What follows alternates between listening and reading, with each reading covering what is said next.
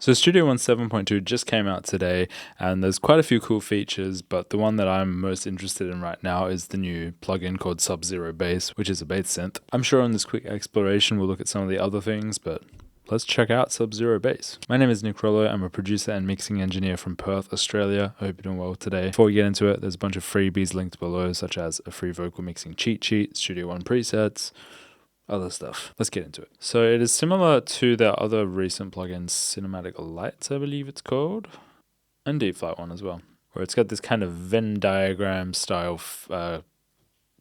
thing.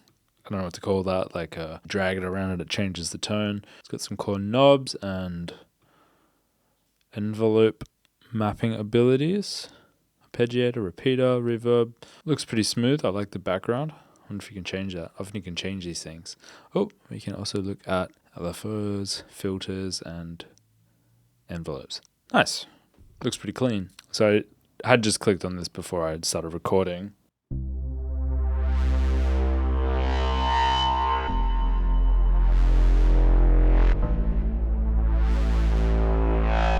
That feels quite nice. I like how it develops. So I'm going to just press play, and then I'm going to move this fader thing.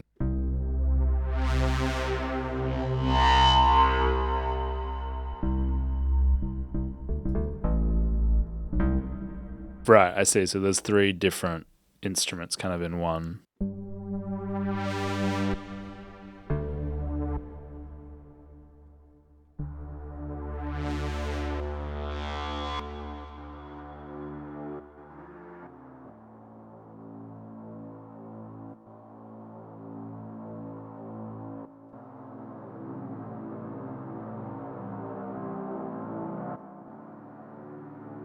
Just going to fang through a few different presets and see if anything stands out.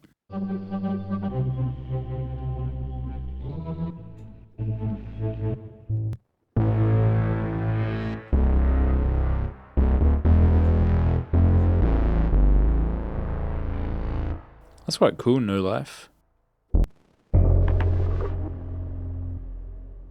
Pulse. I like pulse. So we got some arpeggios.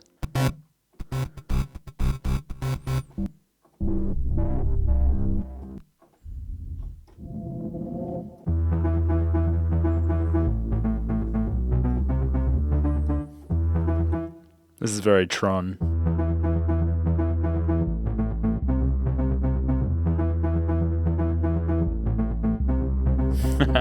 Sick. Well, I've got this song that I'm working on.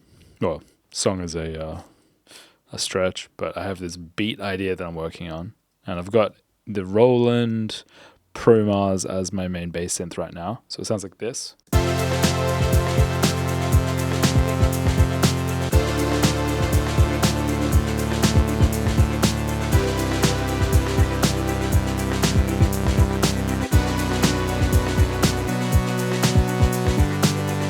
And the bass synth sounds like this.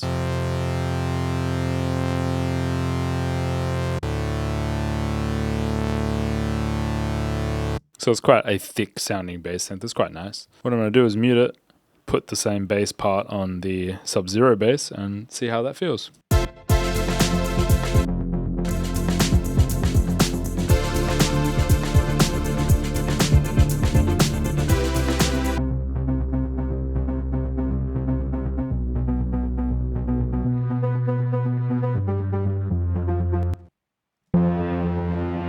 So I'm just playing with the octave of it.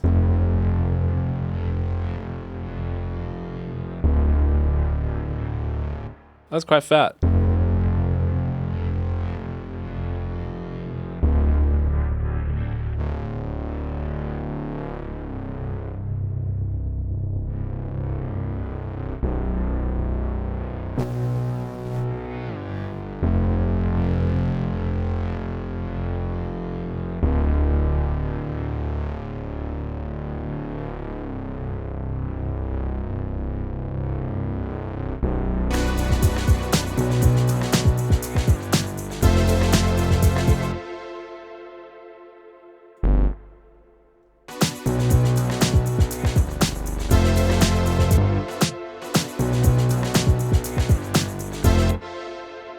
So it doesn't seem to like overhangs.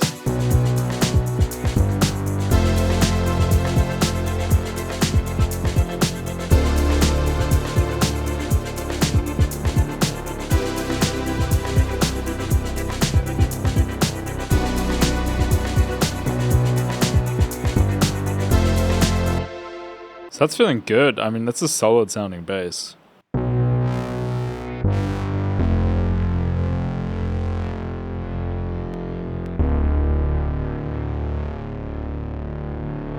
So you can have your effects, your plugins here, your effect plugins.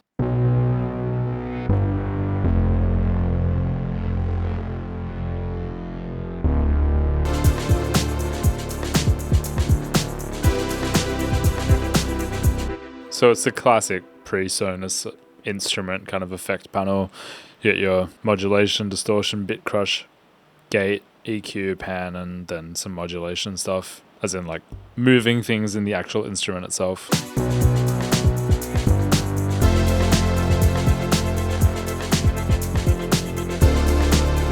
wonder if you can load your own samples into these things. I assume so. Maybe? Actually, I have no idea. Yeah? I assume these are the samples.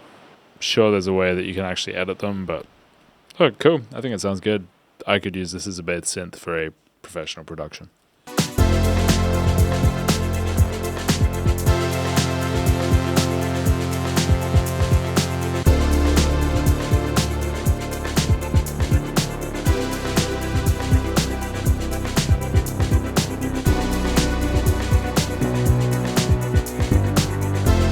Nice. Good job, Studio One, pre-Sonos. There was a few other features I just wanted to quickly talk about that I think were pretty cool.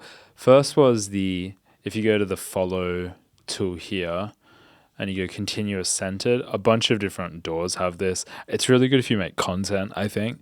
Basically, when the crosshair hits the center of the screen, the center will just move. So I'll zoom in heaps to kind of make this an example that's easy to understand.